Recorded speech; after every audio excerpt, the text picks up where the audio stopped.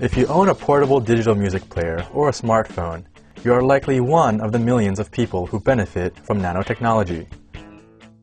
Nanotechnology has allowed us to advance electronics to pack gigabytes of music and media in the palm of your hands. But this is just the beginning. Imagine in the future computer chips the size of a quarter running at truly phenomenal speeds, enhancing multitasking work productivity and delivering unparalleled photorealistic media. Nanotechnology refers to the research of creating and using materials at the length scale of 1 to 100 nanometers. A nanometer is 1/1000th of a meter. Research at this scale manipulates and controls individual molecules, or even atoms. Carbon nanotubes, commonly known as CNTs, are carbon atoms arranged in a tube geometry. They are of particular interest to electrical engineers because nanotube circuits can conduct electricity ballistically, meaning there is minimal resistance. In addition, the intrinsically small size of carbon nanotubes may allow much smaller circuits than today's silicon circuits, further improving speed and computational power. Here, within Stanford University, is one of the many nanofabrication facilities funded by the National Science Foundation. This is where our journey begins, as we follow the life story of carbon nanotubes, from synthesis and growth to device and circuit fabrication, all on a wafer scale. CNTs can be grown on quartz, the same material found at the heart of most wristwatches. The process first involves a long quartz anneal, which essentially bakes the quartz wafers for 17 hours in a furnace at 900 degrees Celsius. This step is crucial as it repairs the quartz surface, allowing us to obtain straighter carbon nanotubes during growth.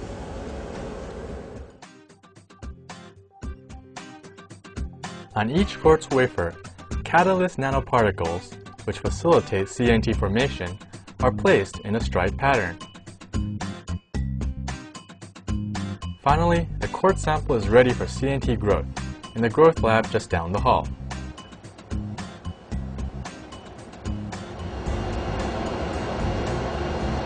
We have fine-tuned our CNT growth conditions so as to optimize density, length, and uniformity. After much research and engineering, we've arrived at an optimal temperature of about 860 degrees C and a subatmospheric pressure of about 300 torr. This method gives yield to straight, long, dense, and uniform carbon nanotubes, all on a wafer scale. Why are straight CNTs so important? Imagine some faulty wiring in your house. That could lead to your ceiling lights not being controlled by the correct switches. Similarly, CNTs that are misaligned would create incorrectly wired circuits. High density is also important as it has a direct impact on the performance by increasing current. Just like how multiple lanes on a highway allow more cars to reach their destinations. What we have achieved here are carbon nanotubes compatible with very large-scale integration. What that means is that the process is repeatable, robust, and most importantly, scalable for practical commercial applications. While the CNTs in this lab are grown on quartz, the Stanford team developed a carbon nanotube transfer process, which will then allow the tubes to be further processed on any type of wafer. What we intend to do is to evaporate 100 nanometers of gold on top of the CNTs, such that the nanotubes are embedded in gold. This gold acts as a temporary transfer layer. In this electron beam evaporator, this is where we load the wafers, and this is where we load the gold. After the gold is heated, melted, and evaporated, the wafers come out covered in a 100 nanometer gold film. After gold is evaporated, we apply a special tape. The tape peels the gold away from the substrate, and the CNTs are also peeled off along with the gold. The tubes are then applied to the new substrate. The tape is special in that when it is heated to 120 degrees Celsius, it loses its stickiness and can be removed while leaving the CNTs unharmed. The gold is then chemically dissolved away. With the CNT material in place on the new substrate, we use standard lithography techniques to create the electronic devices. In the lithography process, photoresist is first spun onto the wafers. Then, an exposure tool, such as this ASML stepper, is used to literally imprint the desired pattern onto the resist. Next, the photoresist is developed to create the pattern. The overall process is very much like the exposure and develop process used for traditional camera films. Lastly, after metal is evaporated onto the wafer, we do liftoff, and the metal only stays in the pattern we previously defined. Half of the improvements in today's chips that allow for better processing speeds and lower power dissipation can be attributed to some form of device innovation. The choice of structure, geometry, and even metals can all affect the device performance and properties. To fully take advantage of CNTs, we need to optimize and experiment with all of these to find the very best. In the next step, the design process involves formulating design methodologies that stem from the analysis of optimal trade-offs.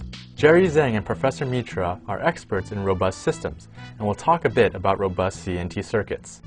It is very difficult to guarantee perfect alignment and positioning of all carbon nanotubes. Now that creates a huge problem when you're trying to design logic gates out of carbon nanotubes. Yes. Consider a large computer chip that consists of 1 billion transistors. We need to make sure that each and every of the logic gates work properly. Now, this can get really challenging if we have a large number of misaligned carbon nanotubes. That's why we are working on robust design principles that guarantee that we have correct logic functionality in the presence of a large number of misaligned and mispositioned carbon nanotubes. And that's where the magic is. So combining all of the above techniques, from CNT growth to robust circuits, we have successfully demonstrated carbon nanotube logic gates, which are the fundamental building blocks of computers. By putting together myriads of logic gates, circuits are formed. And by combining numerous circuits, systems are formed.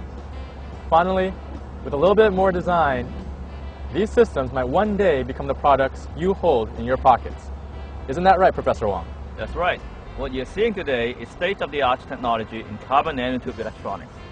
What we are doing here is to turn fundamental discovery in science, such as carbon nanotubes, into useful technology. But it will take a lot of hard work and teamwork to make it all happen. Please come join us. Yay!